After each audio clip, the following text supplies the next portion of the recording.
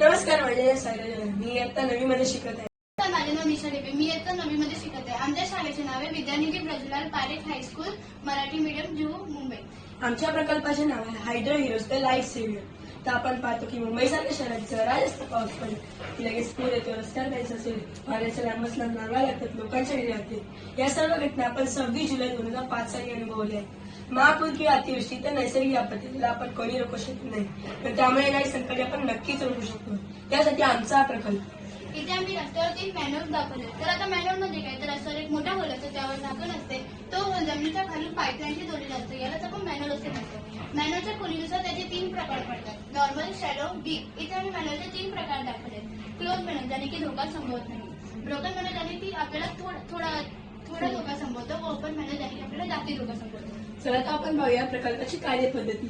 या प्रकल्पामध्ये आम्ही आर्डिनो वापरला. आर्डिनोवर C++ त्याच्याने एक प्रोग्राम तयार केला. तसं आम्ही मॅन्युअलच्या आतमध्ये वॉटर सेन्सर लावलाय. वॉटर सेन्सर आपल्याला पाण्याचे लेवल दाखवतो. एका डिस्टन्सवर पाणी गेलं बजर वाजून सूचना देतो. काही वेळेस मॅन्युअलची लाकडी चोरी होतात, कारण ती मेटल असतं, म्हणून आम्ही त्या अल्ट्रासोनिक सेन्सरचा वापर केला आहे. जसं झाकण उघड जसं अल्ट्रासोनिक सेन्सर कार्यान्वित होतो, बजर वाजवतो, LED झल करून आज तशा लोकांना सतर्क करतो.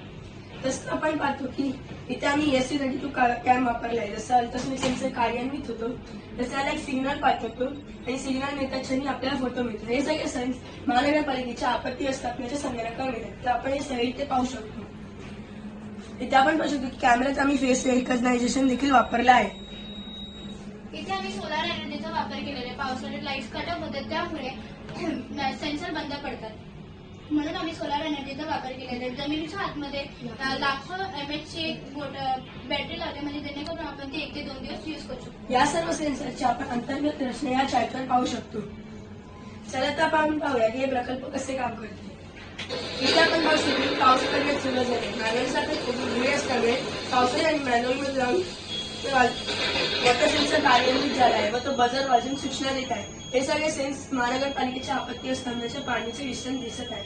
तसंच जर पाणी काढण्यात येणार लोकांना जर लेट होत असेल तर आम्ही ते इनर मोटर लावली आहे.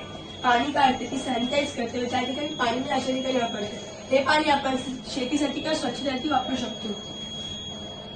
तसं आम्ही इथे स्ट्रीट लाईटचा देखील वापर केलाय. जर पाणी अतिच वाढलं तर आम्ही हे स्वतः पोचल्यामुळे ती ग्लो करेल व आधी तर समजेल की धोका आहे.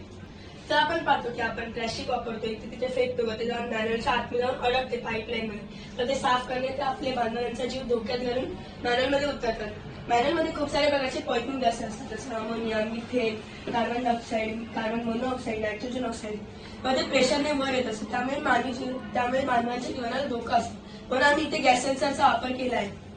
इथे आपण पाहू शकतो की जसं गॅसचं प्रेशर जास्त वाढत आहे तसे प्रेशरने वर येत आहे. ते बजर वाजून इथे गॅसचं प्रमाण दाखवत आहे व आपण त्यांना बाहेर काढून त्यांना प्लॅस्टिक किट देऊ शकतो, त्यामुळे त्यांचा धोका टळू शकतो. इथे आपण गॅसचं प्रमाण पाहू शकतो.